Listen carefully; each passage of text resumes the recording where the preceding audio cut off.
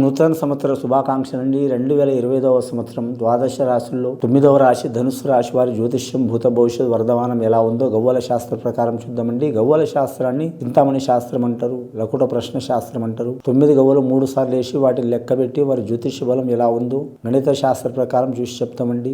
భూత భవిష్యత్ వర్ధమానం అని గవ్వలు ఏ గ్రహ యోగాలు పడతాయండి, ఆ గ్రహాలు శుభయోగమా అశుభయోగమా, వాటి పరిష్కారం ఏంది, ఇబ్బందికరమైన పరిస్థితి వస్తే వాటికి సొల్యూషన్ ఏందనేది తెలుస్తుందండి. చూద్దామండి ఎలా ఉంది.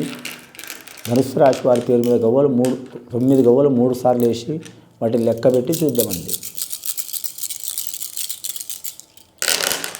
ధనుస్సు రాశి వారి జాతకంలో 6 గవ్వలు పడ్డాయండి. పూర్వాషాఢ నక్షత్రం వారికి చాలా వరకు శుభకరం ఉంటుందండి. వీరి జాతక బలంలో పూర్వాషాఢ నక్షత్రానికి అధిపతి శుక్రుడు అండి. శుక్రుడు అధిపతి అంటే మాత్రం నాట్య కళాకారుడు, అలాగే మాత్రం గీత రచయిత రాశి కవులు, అలాగే మాత్రం గాయకులు, అలాగే వీరి జ్యోతిష బలంలో చూడాలంటే నటులు కావచ్చు, లేదా మాత్రం కళాకారులు, టీవీ కళాకారులు, సినీ కళాకారులు, డైరెక్టర్లు, నిర్మాతలు, కానీ మాత్రం చాలా వరకు మాత్రం అధిపతి శుక్రుడు అండి. అలాగే మాత్రం ఈ శుక్రస్థానం ఉచ్చస్థానంలో ఉంటే మాత్రం చాలా వరకు వారికి భోగయోగం ఉంటుంది. అంటే ఎక్కడ పోయినా వారికి మర్యాదలు మన్ననలు ఉంటాయి, ఎవరితో వివాదం ఉండదు. ఎంతమంది వారితో వివాదం పెట్టుకున్నా మాత్రం నష్టాలు జరిగే అవకాశాలు ఉండవండి. ధనుస్సు రాశి వారి జాతకానికి చాలా వరకు వీరికి శుభయోగం జరగాలంటే మాత్రం వీరు డైమండ్ ధరించడం చాలా వరకు మంచిది.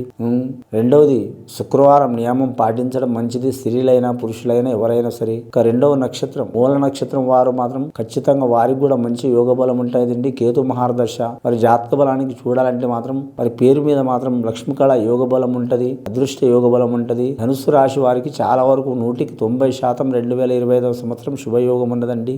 ఎల్నాటి శని ప్రభావం వెళ్ళిపోయింది. వారి జాతక బలం పంచాంగ శాస్త్ర ప్రకారం వీరి జాతక బలానికి మాత్రం కాలభైరవుడికి పూజ చేయాలి. రెండవది వీరి జ్యోతిష్య బలంలో మాత్రం లక్ష్మీనరసింహస్వామికి పూజ చేయాలి. మూడవది వీరు వీలైతే మాత్రం వీరి జాతకానికి శివునికి మాత్రం పూజ చేయాలి. చాలా వరకు మంచిదండి. ఇది విని చూసి ఆచరించే వారికి గొప్ప ఫలితాలు కలుగుతాయండి. శుభం భూయత్.